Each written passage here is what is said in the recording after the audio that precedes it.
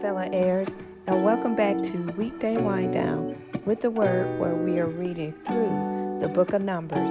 And today we will be reading the 9th chapter of Numbers in the NLT version. This chapter includes the second Passover as well as the fiery cloud. So without any further delay, let's start reading. The second Passover. A year after Israel's departure from Egypt, the Lord spoke to Moses in the wilderness of Sinai. In the first month of the year, he said, "Tell the Israelites to celebrate the Passover at the prescribed time, at twilight on the 14th day of the first month. Be sure to follow all my decrees and regulations concerning this celebration."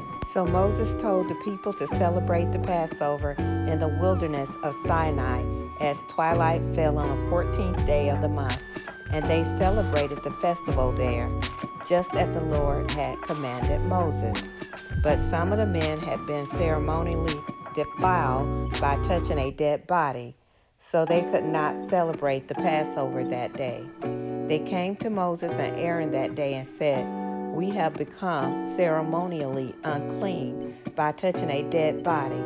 But why should we be prevented from presenting the Lord's offering at the proper time with the rest of the Israelites?" Moses answered, "Wait here until I have received instructions for you from the Lord." This was the Lord's reply to Moses.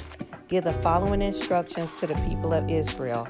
If any of the people now or in the future generation are ceremonially unclean at Passover time because of touching a dead body, or if they are on a journey and cannot be present at the ceremony, they may still celebrate the Lord's Passover.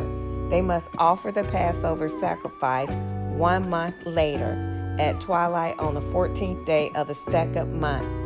They must eat the Passover lamb at that time with bitter salad greens and bread made without yeast. They must not leave any of the lamb until the next morning, and they must not break any of its bones. They must follow all the normal regulations concerning the Passover. But those who neglect to celebrate the Passover at the regular time, even though they are ceremonially clean and not away on a trip, would be cut off from the community of Israel. If they fail to present the Lord's offering at the proper time, they will suffer the consequences of their guilt. And if foreigners living among you want to celebrate the Passover to the Lord, they must follow these same decrees and regulations. The same laws applies both to the native-born Israelites and to the foreigners living among you. The fiery cloud. On the day the tabernacle was set up, the cloud covered it. But from evening until morning, the cloud over the tabernacle looked like a pillar of fire. This was the regular pattern. At night, the cloud that covered the tabernacle had the appearance of fire.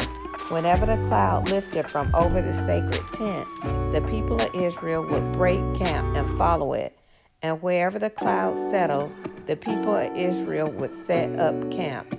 In this way, they traveled and camped at the Lord's command wherever he told them to go. Then they remained in their camps as long as the cloud stayed over the tabernacle. If the cloud remained over the tabernacle for a long time, the Israelites stayed and performed their duty to the Lord. Sometimes the cloud would stay over the tabernacle for only a few days, so the people would stay for only a few days, as the Lord commanded. Then, at the Lord's command, they would break camp and move. Sometimes the cloud stayed only overnight and lifted the next morning, but day or night, when the cloud lifted, the people broke camp and moved on. Whether the cloud stayed above the tabernacle for 2 days, a month, or a year, the people of Israel stayed in the camp and did not move on. But as soon as it lifted, they broke camp and moved on. So they camped or traveled at the Lord's command, and they did whatever the Lord told them through Moses. And that concludes the reading of Numbers 9 in the NLT version. So I was just thinking about how the cloud rested when it was time for them to stay put, and how the cloud lifted when it was time for them to move on. And I was just thinking about how nice that would be to have a visible sign like that. Sometimes you're, concerned, if you have questions on what to do, and you want the Lord's direction, and you don't want to move in the wrong direction. So, we're appealing to the Lord to give us direction. Lord, what do you want us to do? Which way do you want me to go? Which way should I turn? And they had a visible sign and the Lord's presence with them daily, giving them instructions on what to do. And I just thought that was very neat. And I just wish that, I had a sign like that. I had a visible sign when I asked the Lord, what should I do? Which way should I go? Boy, it would be very nice if, he gave me some signs like that. I think I would love it.